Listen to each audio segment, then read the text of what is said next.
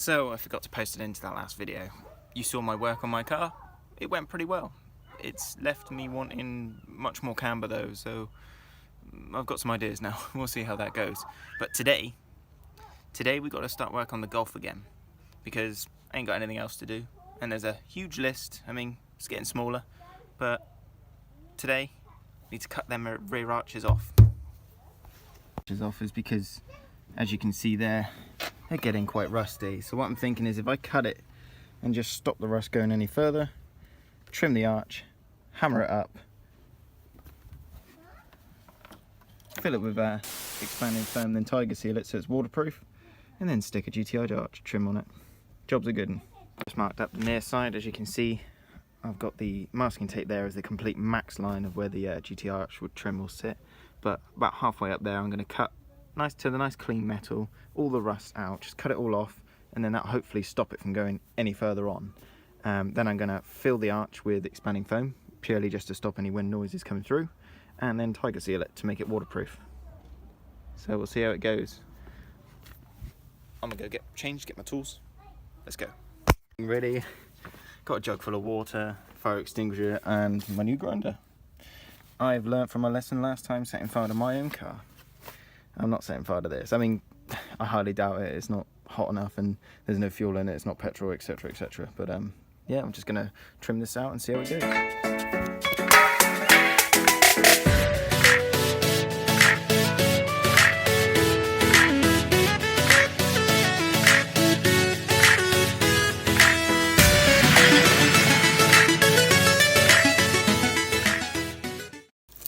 Just pulling the arch away now, and it's pretty much come away itself. Oh, good effort, Volkswagen. Yeah, let's cut that out and fill this in. Nice. The arch cut off. I've cut tabs and hammered them up.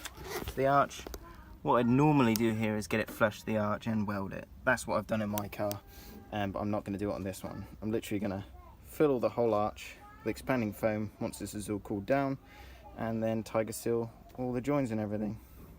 It's just for pure weatherproof and to get rid of the rust for now. This is just my temporary fix. It might not be what anyone else a body shop does, or anyone else agrees with, to be fair, but it's just meant to be a daily. Yeah, so that's one side all chopped out. I'm going to start on the other side before I start filling it with expanding foam, just in case the tube on the thing decides to dry out. Let's go. Back at you with another video because it's quarantine, there's nothing else to do. Start this video, I started all the work on the Golf, probably forgot to post the end of this video, but anyway, the final result after tiger seal, it's all nice and strong, expanding foam just to stop the wind noise getting through anywhere.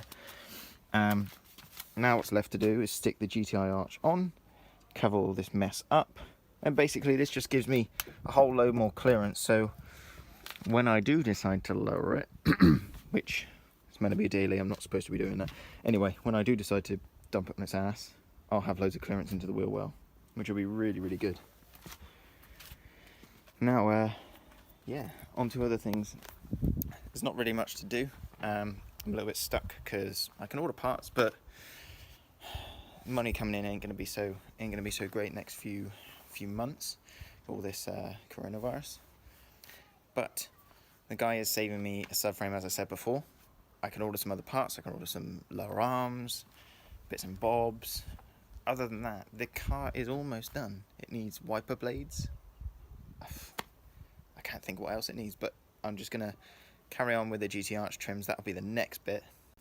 Not such a nice day today. A little bit cloudy. Still a little bit sunny, a little bit warm. It was a lot hotter yesterday.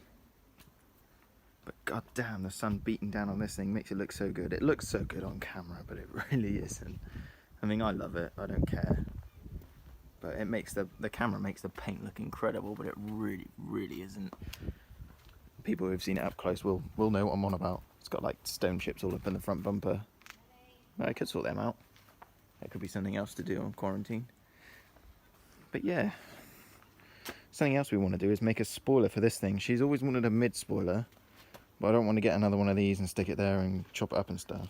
I want to make our own. It'll almost be bottom of the window, like completely flat on the top, and a little chamfering underneath, like a triangle, and then obviously somewhere to get to the keyhole for the boot. But yeah, that'll be something we'll probably do quarantine as well. But I will stick the GT arch trims on, give it a wash and give it a polish. I want to see what this paint looks like. If it pops, then I'm going to keep it. If it doesn't, yeah, if it doesn't, there might be another one. But I want to keep it kind of normal, really. Also, post in the comments, I don't know whether to get the headlight strip along the front or go for the Golf bumper, the Golf bonnet, which actually goes in that gap, or the Vento lip to go across, because obviously it's running a Vento bonnet at the moment. Vento bumper, just not the headlights and grille. I didn't really like the look on it.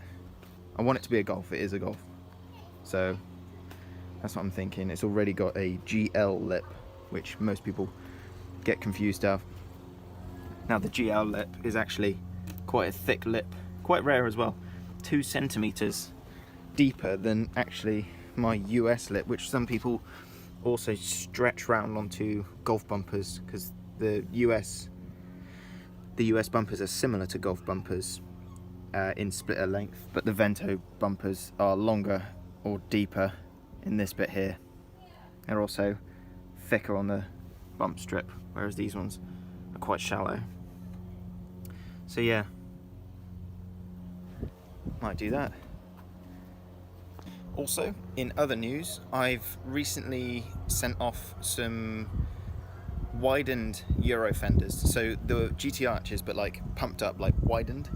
I've sent some of them off that I received last year from a friend in America. I'll put his Instagram up here because why not, shout someone out.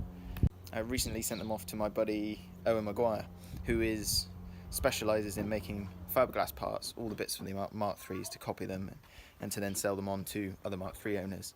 You know, just to make things a bit less rare, like all these Zender lips and Votex kits, because they're super hard to get hold of, and when you do, they're like 800-900 quid. You're like, don't want to buy that, a bit too expensive. But anyway, I've sent him over my arches. He did say if this is still going to happen, it would be really great. He did say I could have a splitter in return when the arches come back. Now, splitter for this or this? What do I do? Do I get a Vento splitter? Do I get a Golf splitter? Or do I go for the Votex splitter that he's currently making to fit a US bumper? Problem.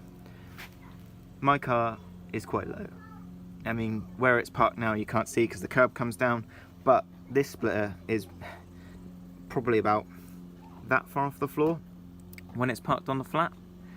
So if I had a Votex, they're nearly 5 inches tall, they're huge. If I had one, I wouldn't be able to air it all the way out. Or if I had one, I could cut the bottom half of it off so it almost looked like it was lagging or glitching up into the pavement. I don't know what to do. Or do I go for a Zender one, which will be slimmer? I still think they're quite big though and quite chunky. I don't know. Let me know what you think I should get.